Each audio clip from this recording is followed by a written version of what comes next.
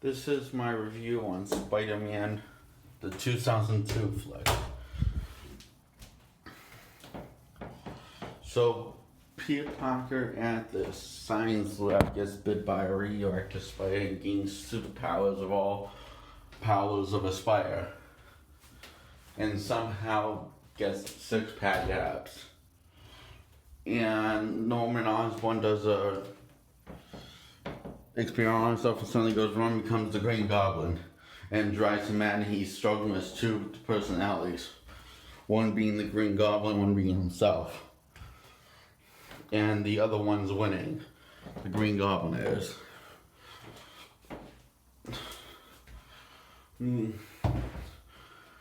Uncle Ben is killed in a gun down an alley after Peter selfishly decides to raise money to buy a car to impress MJ, Mary Jane Watson, who lives with his unexplored abusive father, who is also abusive to her physically and psychologically, and that relationship is seen on screen because they want to keep it a fluffy, emptiness tone to the audience, and we're expected to see feel sorry for in the first one, even though we never really saw that relationship. We just saw him yelling at her and hearing the sound of him hitting her, but never really seeing the whole relationship fleshed out. And the first or second act or third act of this film, Peter decides to murder Uncle Ben's, killing get revenge and takes no responsibility. He doesn't even feel bad that he killed the man.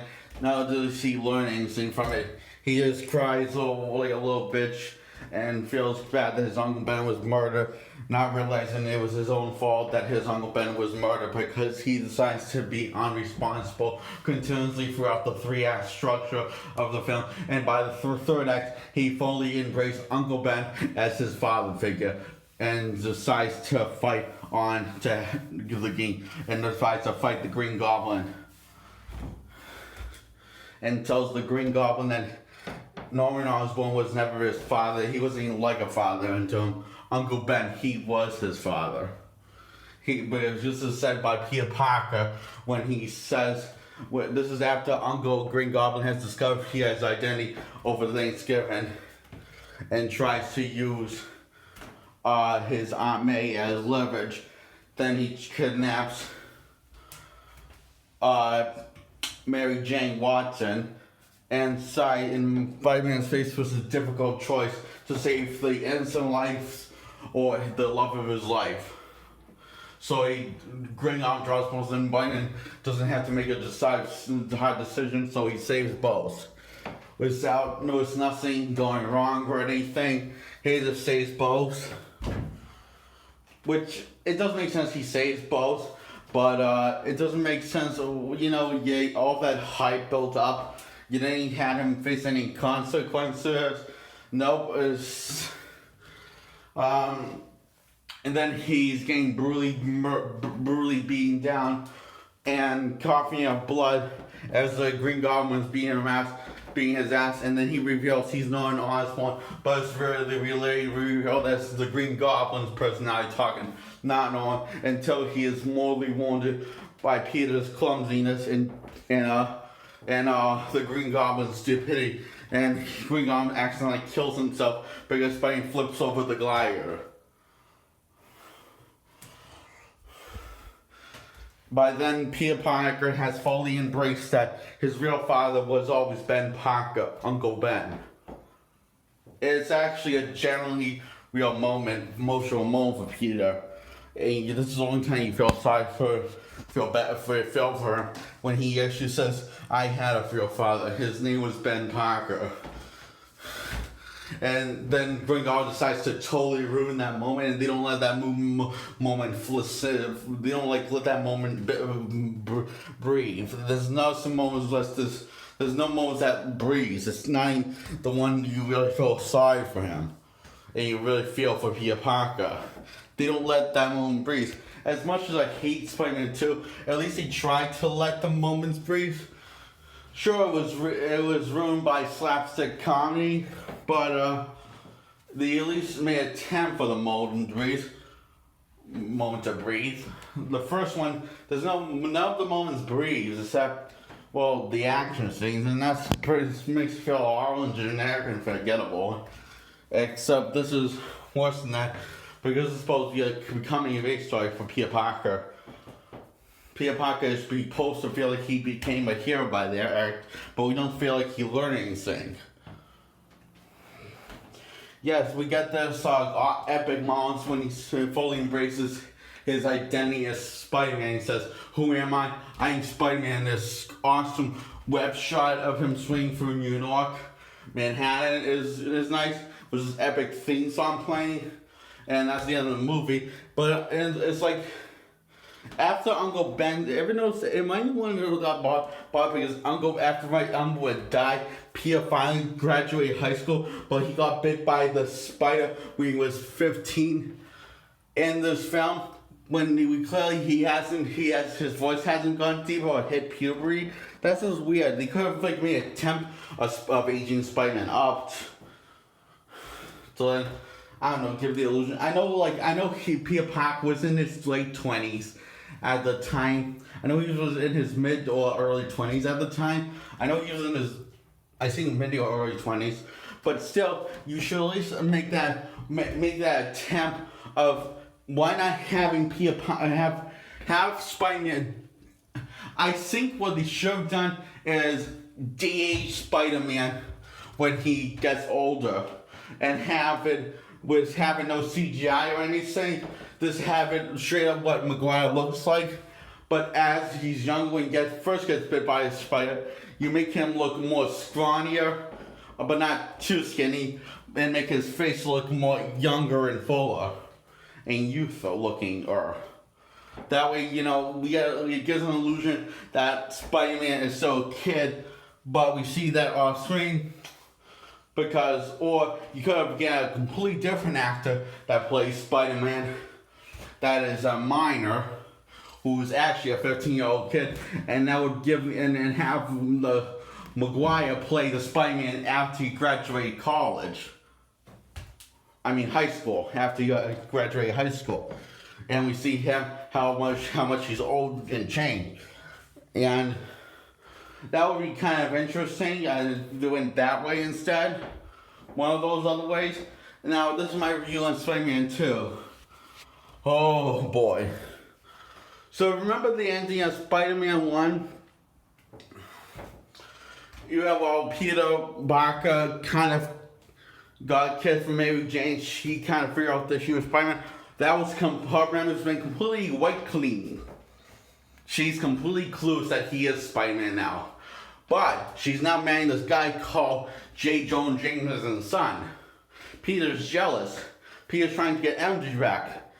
But she points out, we never started. You can't go on a date when we never started. We can't go on when we never started. And Peter thinks, I don't think it's that simple. I'm a couple of a jackass. He says, I don't think it's that simple. I'm not Spider-Man anymore. Don't you get it? We can do this. Sure, you're Gary Murray, but I don't think it's that simple. Because Peter's an idiot in this one. That's actually what he says. I don't think it's that simple.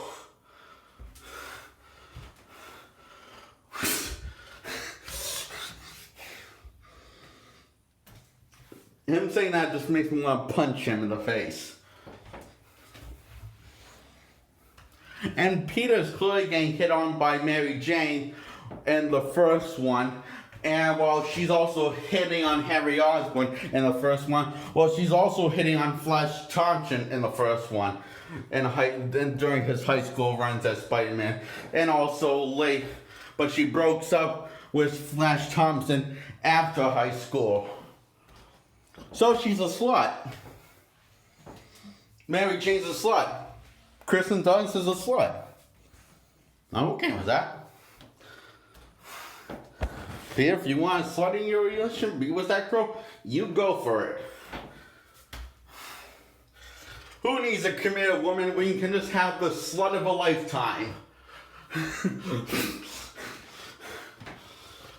So, in this one, and also in the director's cut, we do have somewhat depth into Peter and also MJ's character in the second one, director's cut, but it's kind of more hinted at than shown. So they kind of just edit all that important stuff out, and including Spider-Man's sense of humor.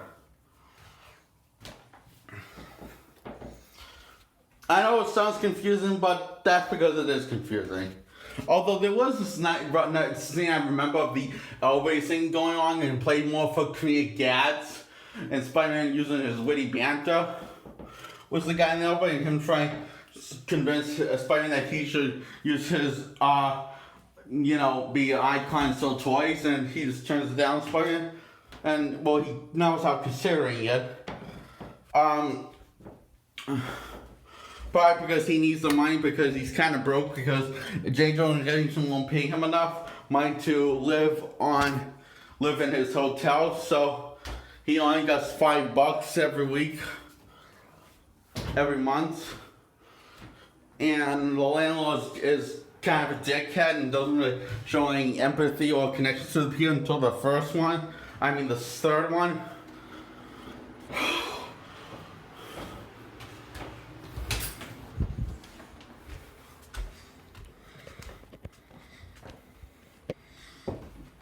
Hang on.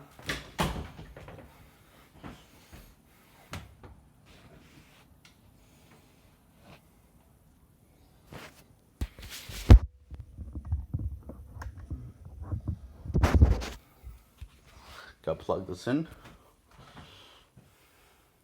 So Peter's a little broke and is always never there for MJ and constantly missing a play and constantly missing time on his best friend Harry Osborn. And Harry Osborn finds out in the third act that Peter's Spider-Man when he's about to kill Spider-Man is conflicted, but he doesn't. And so his Harry Osborn's ghost, Norman Osborn's ghost, who speaks to Harry and says eventually, and he says no, he discovers that Green Goblin was Norman Osborn, and it ends up on that cliffhanger. MJ comes to Peter's bedroom, and he explains how they can't be again. MJ doesn't care, she just wants to be with the one he loved, which was Spider-Man. And this is after the third act when MJ gets captured and Peter gets his power back after losing his power due to PTSD, which is not really that explored due to past trauma, which is not really explored because of PTSD. PTSD is what caused past trauma. It's because Spidey is depressed throughout the film. That's why he's not enjoying it as much. Although you don't really feel for him because it's not really that explored. Just like certain elements are not really explored in Far From Home when they should explore. True, this makes a better attempt than Far From Home, these first two Spider-Man films, but it's still a failure is a failure. A F is a F, a dud is a dud. A dud is a little corpse. If it's a corpse, then it's not alive.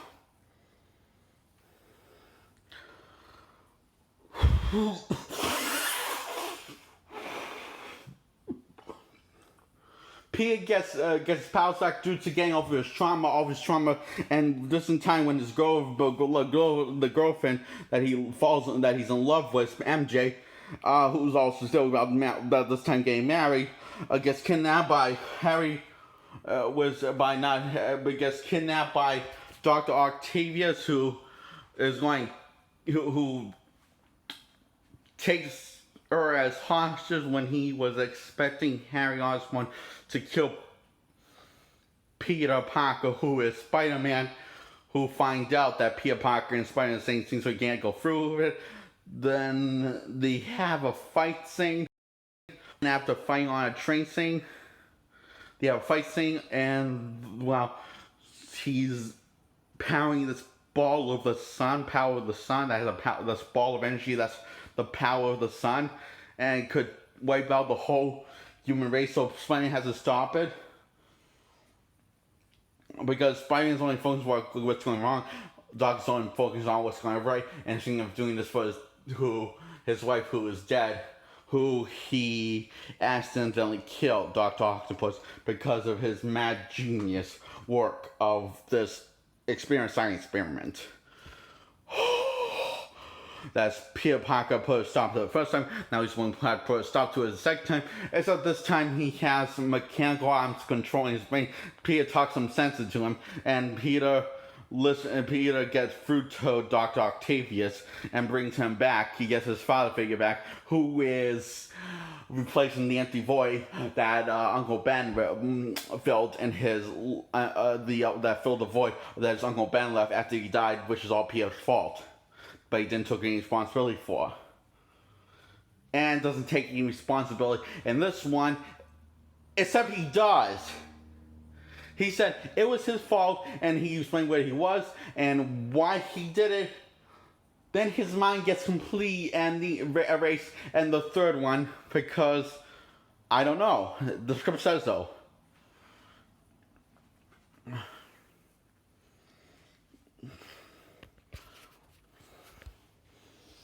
Maguire is Spider-Man, the most developed Spider-Man yet undeveloped Spider-Man in the history of Spider-Mans. Even the ones in the one from One More Day. Yes, you rock on One More Day. Rock on indeed. I love One More Day. Spider-Man One More Day. It's the best comic I've ever read. Oh.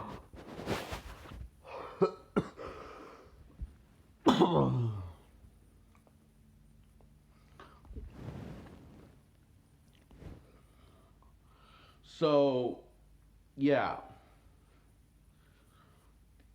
Peter was about to say to MJ that he loves him when they're about to die, but they don't die because Doctor Octopus turns into a good guy because Peter got through to him. He got through to his father figure, which is his Uncle Ben figure.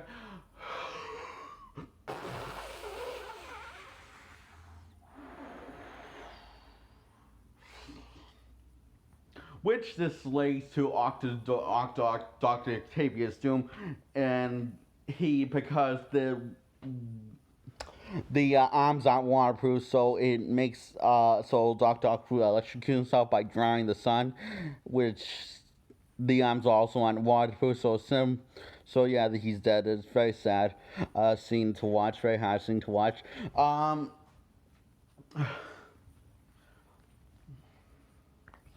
So Peter explains why MJ and Spider-Man also is Peter Parker now that she knows that he is Spider-Man, because early on in the film she told MJ in the second act that he is Spider-Man, and explain why they can't be together, but then he decides after he loses powers and gives up being Spider-Man because this just gone too much for him to handle the peer pressure of being Spider-Man, the thought of losing, of failing everyone, just gone too much for him. So he goes after the girl, and the girl turns him down because she wanted to be friends until the third act. But that was before, but which actually that doesn't make sense why she turned Peter down, because she kissed her fiance like how Peter kissed her when he was Spider-Man in the first movie, and it's shot exactly the same. I don't know if it's in the extended cut or if it's in the theatrical cut, but I think it's also in the theatrical cut. But which means she still has feelings for Spider-Man, which means she still has feelings for Peter Parker after Peter has admitted that he is Spider-Man. So once she explains that he's not MCC anymore and he's different now, he doesn't have the powers anymore, he says, "Punch me, I would bleed," and she turns him down, which doesn't make sense, which is this wasting everyone's time, which is wasting my time, which is just making the movie longer.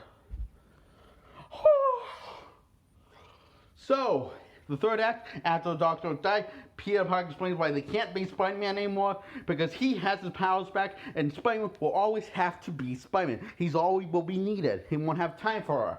He won't have time for the life together. If he goes with her, if she is with him, they'll never have time together because he'll be always busy saving the world. You know, he wants to be interested, he wants to be a part of life, until the third one, when he doesn't want to be a part of her life anymore, because he just wants to be Spider-Man, because he's been pumped up with so much ego in the third one, and he doesn't become that Peter Parker. He doesn't act like Peter until the third act. Oh. That's my this thing. I'm not going to do a review on Spider-Man 3. That's just me talking about flaws in the trilogy that everyone seems to like for some reason. I don't know. I love the third one. Love it. I think it's the second best Spider-Man movie next to Homecoming. The third, I think it might be Spider-Verse, I think. 900% sure, like 9% sure on all of this. Although I am 100% sure the best Spider-Man film is Homecoming, and second best is 100% sure the second best is Spider-Man 3. Oh. So, Mary Jane's fiance picks her up as Spider-Man looks back and puts on his mask and swings off. And the next day, MJ dishes her wedding and doesn't tell her fiance in the face, hinting at he could have been Venom in the next trilogy. Which I don't know. Hinting at. I don't know what it's hinting at, honestly. I don't know if it's hinting at Venom. I don't know if it's hinting at some undyed quantum that Peter's going to have to fix, or MJ or first. I don't know. It doesn't lead to any consequences. That scene. You just feel bad for the sucker because he could have gone to a married to a hot slut, which is MJ. So she goes to Peter's door, and he says, "I can't ask you to be a part of my life." And he says, "I'm not asking for your opinion. I'm telling you I'm going to be a part of your life." So the line she delivers is the classic Mary Jane find from the comics and from the show. Says to Peter, "Go get him tied," and Peter Pan puts on his mask and swings off being Spider-Man once again, very triumphantly.